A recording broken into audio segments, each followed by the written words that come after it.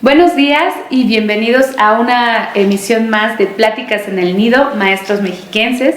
El día de hoy tengo el honor de estar platicando un poco con el maestro Arturo Hernández Hernández, quien es coordinador, director de Coordinación Regional de Educación Básica de la Subsecretaría de Educación Básica del Estado de México. Maestro, bienvenido. Muchas gracias, muy buenos días. Gracias, maestro. Voy a permitirme leer un poco acerca de su trayectoria estudiantil, que van a ver que más adelante vamos a tener una breve plática acerca de algunos aspectos de su vida estudiantil, maestro. El maestro Arturo Hernández es originario de Tlalnepantla, Estado de México.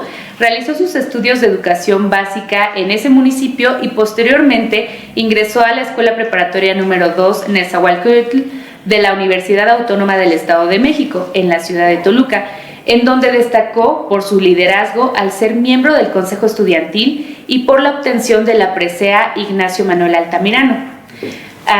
Posteriormente, en 1990, ingresó a la Facultad de Derecho de la UAM, en donde realizó los estudios de licenciatura en Derecho, además de que estudió un posgrado, obteniendo el título de maestro en Administración de Empresas. Maestro, a grandes rasgos he mencionado algunos aspectos de su formación académica, de su formación tanto nivel básico como medio superior y superior. Sin embargo, nos gustaría que usted nos cuente acerca de la amplia trayectoria que tiene en el servicio público, 29 años teniendo muchos cargos. ¿Nos puede platicar un poco más acerca de eso? Sí, muchas gracias. Fíjate que es muy emocionante para mí poder, a través de este ejercicio tan sensible que están ustedes realizando y que llega a todos nuestros queridos maestros del Estado de México, quienes son una fuente precisamente de inspiración a gente como un servidor que, justamente como tú lo mencionas, yo nací en el municipio de Tlalnepantla, pero después, por las condiciones justamente de migración que tenemos muchos estudiantes, pues buscamos a veces mejores condiciones justamente para tener una oportunidad más concreta. Y eso es lo que sucedió conmigo. Yo estudié la primaria, la secundaria allá en lo que es el Valle de México, justamente la primaria en Tlalnepantla, pero la secundaria, curiosamente, como está en una condición de límite territorial, pues fue en la Ciudad de México hoy, antes Distrito Federal, y ya después estuve en el Colegio de Ciencias y Humanidades de la Universidad Nacional Autónoma de México, pero me tocó, como cosa lamentable, el estallamiento precisamente de la huelga allá con el rector Jorge Capizo MacGregor, con lo que fue el Comité General de Huelga. Entonces eso nos hizo migrar precisamente aquí a Toluca, en donde estuve estudiando la preparatoria número 2, y ahí es donde nace justamente una de las inquietudes que ya traía yo de suyo desde la primaria, al estar participando en los concursos tanto de oratoria como de declamación, y que bueno, eso ya lo traes también en la sangre, pero también insisto, el gran tino de nuestros docentes, que no se vuelven solamente profesionales de la educación, sino se vuelven un ente de motivación a los que traemos alguna chispita de inspiración, como es las bellas artes, como es este ejercicio maravilloso de la poesía, de poder transmitir a través justamente de estas declamaciones a veces lo que siente uno en la vida muy personal, a veces romántica, pero también a veces muy sensible con los papás, con los hijos, y bueno, es una emoción verdaderamente inusitada.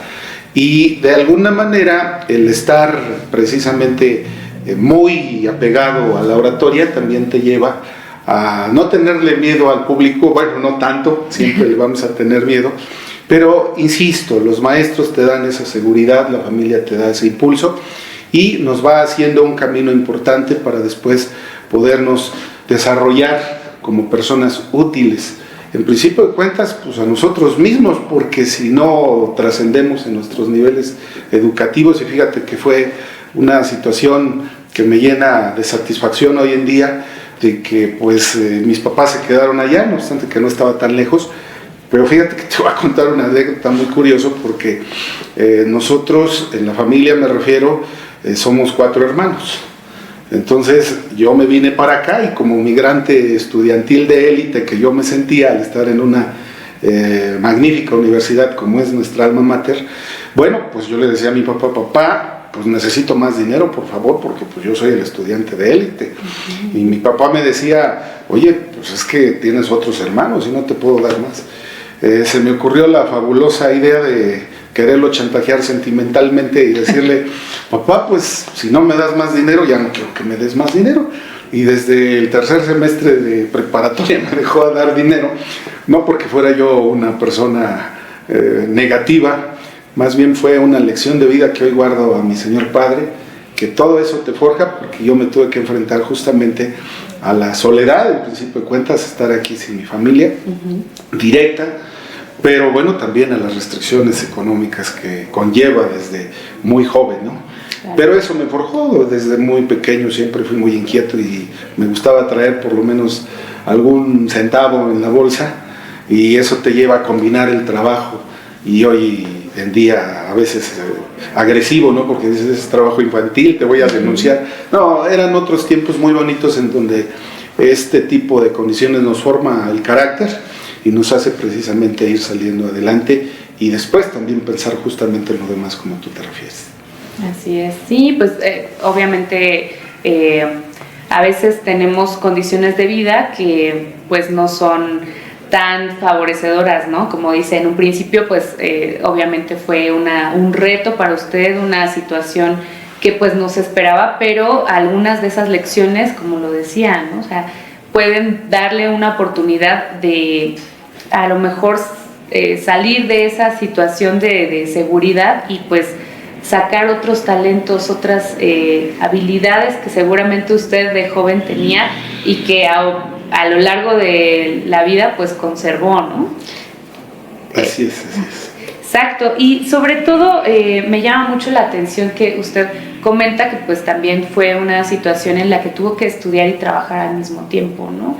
Y destaco en la semblanza que leí que además fue usted un consejero estudiantil y ganó una presea en su carrera, bueno, en su formación universitaria. ¿Nos puede comentar algo de eso? Sí, bueno, insisto, es una plática muy emocionante para tu servidor, porque recordar ese tipo de aspectos siempre nos lleva nuevamente a aterrizar lo que somos, y justamente es lo que siempre he tratado de hacer en mi vida, compartir con todos mis compañeros, porque en realidad a veces nos ponen el título de jefes y no somos eso. Somos realmente compañeros que contribuimos a determinados proyectos, y en este caso proyectos muy importantes como son los gubernamentales educativos. Pero en esa ocasión, sí tienes razón, a pesar de tener esas limitantes económicas, pues fue una etapa maravillosa, porque como no tenías dinero, pues no tenías muchas distracciones, no tenías ni siquiera novia, entonces pues te dedicabas a estudiar. Los fines de semana no podías salir, regresabas de la escuela, yo fui turno vespertino, entonces en las mañanas me dedicaba a hacer un poco de ejercicio, a trabajar ya en lo que pudiera yo aquí para, insisto, sacar este tipo de situaciones, y lo demás era una inversión en el estudio. Pero haré un comentario tal vez indebido, como no tenía yo dinero, a veces les vendía mis tareas a mis compañeros y ya me daban para una torta, o me daban, incluso me cooperaban para el transporte, porque la preparatoria número 2 está allá en Santana Tapaltitlán, y donde yo vivía era acá en la colonia Morelos, cerca de Ciudad Universitaria. Entonces a veces te comías la torta o te subías al camión. Entonces eran etapas restrictivas, pero también, como tú muy bien lo refieres, eran etapas de reto, eran etapas de decisión, precisamente para tener la posibilidad de que tu familia sintiera un poco de orgullo. Entonces pues nos empezamos a meter en el estudio muy, muy fuertemente.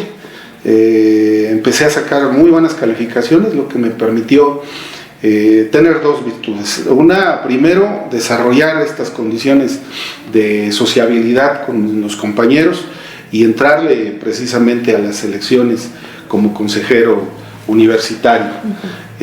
Nada más que aquel compañero, amigo, que hoy recuerdo con mucho cariño, me decía, bueno, ¿sabes qué? Sí vas a ser consejero, pero no nada más de la preparatoria número 2 de Nezahualcóyotl. Vas a ser consejero general de preparatorias, de las 8 preparatorias que conforman la Universidad Autónoma del Estado de México. Y dices, wow, ¿cómo le voy a hacer? Si me gusta, pero no creo tener la capacidad para ser representante de tantos alumnos, y sobre todo en esa época las preparatorias estaban todavía más saturadas de lo que hoy se encuentran.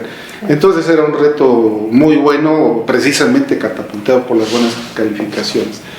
Y después, como cosa curiosa, porque no lo tenía yo planeado, me dicen, oye, sacaste tanto de promedio, entonces eres candidato, estás ahí peleando por dos décimas con otro compañero de tal oportunidad, que bueno, ojalá en los ajustes últimos puedas ser. Y ya cuando me notificaron esta maravillosa noticia, que guardo con corazón, porque la presida Ignacio Manuel Altamirano, los que somos universitarios sabemos que es una condecoración muy importante como estudiantes, que nos impulsa. Imagínate el recuerdo de estar en el aula magna recibiendo este tipo de situaciones después de que pues no tenías mucho. Mi familia, si bien es cierto, no tenía precariedades, pero no nos desarrollábamos en ambientes tan altos para tener un reconocimiento de esta naturaleza. Entonces era dobles satisfacciones: tener esta gran representatividad, ya estar en un consejo universitario, que es la máxima autoridad de la universidad, estar conviviendo con rectores, con secretarios de rectoría, con directores, está conformado lo que corresponde al consejo universitario, y por otra parte pues estar recibiendo este elemento que hoy lo dedico con todo cariño a todos aquellos que hacen un esfuerzo día con día, y no lo hacen solamente por una calificación, sino por una condición de vida hermosa que en algún momento lo podemos retribuir ya como adultos, porque estos conocimientos y esas sensibilidades no las perdemos muy sencillamente. Exacto. Sí, pues obviamente, seguramente la cuestión estudiantil, ¿no? O sea, sus maestros, sus algunos compañeros, ¿no? Lo impulsaron y le dieron como este consejo, no sé, ese impulso de seguir adelante, de no rendirse, ¿no? De apoyar. Era una motivación muy preciosa, y si me permites hacer un comentario al margen. Recuerdo que en esos concursos también de declamación que participábamos, grandes declamadores desde ese momento, no quisiera omitir el nombre de ninguno de ellos, que todavía en ocasiones nos encontramos por ahí, ya ellos en grandes cargos públicos también, porque esa sensibilidad justamente la llevamos hasta los cargos públicos, y de suyo competíamos y a ver quién nos llevábamos el primer lugar. Y recuerdo una poesía muy bonita que todavía tuve la oportunidad, incluso en un festival de Día de las Mamás digital que hicimos, el señor subsecretario, licenciado Rogelio Tinoco, en una ocasión nos dijo, tenemos que hacer algo, no nos podemos quedar pasmados con esta pandemia, y esta era digital. Entonces se organizó ahí un festival en donde me dieron la oportunidad de recordar esta hermosa poesía, me refiero al Brindis del Bohemio, de Guillermo y Fierro, en donde la distancia con mi mamá me hizo estragos en mi sensibilidad y me ganó el llanto totalmente. Y yo pensé que iba a perder, porque no puedes perder la cordura como un declamador, y ya menos en un concurso de esta naturaleza. Pero esas lágrimas y esa emoción que bloquearon mi voz en ese momento fue aplaudida por todos mis compañeros, como tú bien lo dices. Entonces me llegó al primer lugar ahí primero, y después en el aula magna también estar en donde está la voz de Adolfo López Mateos y tantas personalidades, y que un pedacito del sonido de tu voz quede ahí también históricamente, para mí es un gran orgullo y un gran recuerdo muy bonito que hoy comparto con todos ustedes. Y así te va llevando a esos impulsos, tanto personales como colectivos. Los amigos, que tengo muchos afortunadamente, siempre me han impulsado en épocas complejas de mi vida, también han estado conmigo, y que bueno, también son condiciones del destino que te llevan precisamente ahora a estar sirviendo a este gran magisterio que es el magisterio mexiquense. Claro. Claro, o sea, definitivamente hay condiciones de vida, como dice, que lo llevaron a esta situación de pues tener estos pequeños pasos para ahora tener un cargo pues en el magisterio, tener esta coordinación regional en la Subsecretaría de Educación Básica, pero también me gustaría que usted nos pueda decir, en su opinión, qué se necesitaría para que, además de las situaciones de vida o el apoyo familiar y de amigos, en cuestión educativa, ¿qué se necesitaría para que la educación básica, media, superior o superior pudiera impulsar a los estudiantes a tener este liderazgo?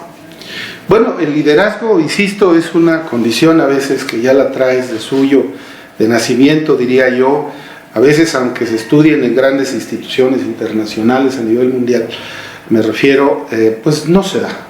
El carisma que debe de tener un líder, la sensibilidad que debe de tener un líder, viene también de familia. Viene de una situación muy hermosa de formación que nos dan nuestros queridos abuelos, nuestros padres, la sensibilidad de nuestros hermanos, y la vida también te da la oportunidad de tener grandes personajes a tu lado que, lejos de hacerte daño, hacen de tu vida una sensibilidad y hacen que te preocupes precisamente por los demás. Yo me acuerdo que mi señor padre, allá en Tlalnepantla, donde te digo soy originario, pues no le pagaban absolutamente nada, pero siempre andaba de grillo ahí en la colonia tramitando beneficios precisamente allá para las familias, y la gente lo buscaba por esa situación de no interés ni siquiera político ni económico, sino por una situación altruista, y yo lo veía como lo hacía. Vengo también de una familia muy noble, me refiero tanto materna como paterna, en donde uno de los principios fundamentales era poder ayudar a la gente. Uno de mis abuelos, mi abuelo materno, tenía la posibilidad de trabajar en Luz y Fuerza en ese tiempo, y él daba a veces a las personas que no tenían dinero, y mi abuelita, me acuerdo que se enojaba porque decía, oye, primero cumple en la casa, pero yo me acuerdo que cumplía en la casa y también en la otra. Entonces esos ejemplos te llevan a tener sensibilidad. Si tú quieres tener un liderazgo, debes dejar de pensar solamente en ti y debes de pensar en que aquella acción que tú estás realizando tendrá un beneficio directo en aquella o en aquellas personas en donde tú estás haciendo una acción. Tal vez pueda ser muy pequeñita, pero si lo piensas en un sentido estrictamente de beneficio para ellos, entonces vas a darte el lujo también de tener otro tipo de beneficios, porque se siente más bonito que te reconozcan siempre en la calle, y que te saluden y que te digan, oiga, usted me ayudó en esto, oye, ¿te acuerdas que? Incluso el mismo saludo. Eso hace que cuando tú tienes la posibilidad de tener alguna reunión, alguna convocatoria que permita que te escuchen para plantear ideales, que son comunes los ideales, no pueden ser mezquinamente individuales, bueno, eso te lleva a catapultarte como un buen líder, como una persona que piensa en los demás, pero con hechos sinceros, con resultados sinceros, en donde estas personas, lejos de crearte solamente un agradecimiento, también te crean un reconocimiento, y también logras que el humanismo se empiece a desarrollar en un colectivo, que es lo que nos falta. Los jóvenes que hoy en día piensan en tener grandes cargos empresariales, en la política, en el gobierno o en cualquier rubro importante, deben de estar inyectados de sensibilidad. No hay otra fórmula importante, y aquellas que no tienen este matiz, bueno, lo hemos visto, y sin caer en temas políticos, es un fracaso, y es un fracaso social. Así es, sí. Sí, definitivo, hay veces en que se confunde, ¿no?, la cuestión de tener un cargo, de ser un jefe, a tener verdaderamente una actitud de líder, ¿no? Y pues en ocasiones sucede que pues los servidores públicos llegan a ciertos cargos, pero no tienen tampoco el conocimiento o las herramientas, o como dice usted, la sensibilidad para tener un liderazgo adecuado. ¿Nos podría dar algunas recomendaciones? A lo mejor en este episodio hay algunos servidores públicos que están viendo este programa ¿qué les podría recomendar para tener un liderazgo adecuado en su cargo, en su servicio público? Sí, insisto, dejar de lado a veces una proyección muy particularizada, que se vale, por supuesto que se vale, porque de algo tenemos que vivir y de algo tenemos que desarrollar nuestra profesión, pero la sensibilidad más importante es pensar en los demás. Y los que trabajamos en el sector educativo ya hace algunos años, tenemos la posibilidad de tener esa situación tan hermosa de hacerlo por los niños. Cuando tú vas a algún preescolar, vas a alguna primaria, vas a alguna secundaria, que es el caso de nosotros que nos toca básica, bueno, lo más hermoso es ver las sonrisas de los niños, es ver el aprovechamiento que va teniendo aquel infante que está cursando ya la primaria, o aquella buena orientación que le das a los jóvenes de secundaria. Entonces, cuando tú verdaderamente lo haces por los demás, el liderazgo viene de suyo. El liderazgo viene en automático y el reconocimiento también viene en automático, pero no es un reconocimiento para que tú te sientas el dueño de la oficina o el dueño del municipio, o del ayuntamiento, del gobierno o del estado. No, es una satisfacción que te da precisamente de andar en la calle o andar en cualquier lugar donde tú tienes responsabilidades laborales y que te saludan y que te dicen, oye, tú me ayudaste en esto, tú has hecho esto, gracias por esta condición. Eso es el mejor regalo. Pero insisto, el mejor regalo es a veces entregarle un paquete de útiles a un niño y que se emocione al tenerlo. Ahí es cuando verdaderamente estás haciendo bien las cosas y eso se convierte también en liderazgo. Claro que sí. Bueno, para concluir la entrevista me gustaría que nos diera algún consejo hacia las personas que pues están buscando tener, como dice usted, ¿no? O sea, a lo mejor un cargo, un equipo de trabajo, ¿no? Ser líder en alguna situación, ¿no? ¿Qué les podría decir a ellos como conclusión de la entrevista? La preparación es algo sustancial en ello. No puedes dirigir ningún colectivo bajo ocurrencias, bajo situaciones simuladas. Tienes que ser una persona preparada todos los días, tienes que leer algo y enseñar a leer algo. Tienes que estar muy actualizado como profesional para que tú entiendas y resuelvas lo que te han encomendado. Pero también tienes que ser muy humano. Tienes que saber que las personas que están haciendo posible que ese proyecto que te han encargado tenga éxito, pues no lo haces solo. Lo tienes que hacer en conjunto y lo tienes que hacer en armonía y lo tienes que hacer con respeto y lo tienes que hacer con alegría, lo tienes que hacer con entusiasmo. Si tienes tus problemas personales, pues déjalos allá en tu casa, bueno, no en la casa porque también te va muy mal, pero los tienes que dejar antes de entrar a la oficina, sí, o al lugar a donde te presentes, y siempre con una sonrisa poder decirle a tus compañeros que reconoces precisamente todo el esfuerzo que hacen, aunque se equivoquen. Bueno, la equivocación la tenemos todos y el éxito a veces lo compartimos de manera tan individual, pero es compartirlo con todos los compañeros. El señor secretario de Educación, licenciado Gerardo Monroy Serrano, siempre nos pide que cuando tenemos algún éxito importante en el desarrollo de nuestras actividades, manda a felicitar a todos nuestros equipos.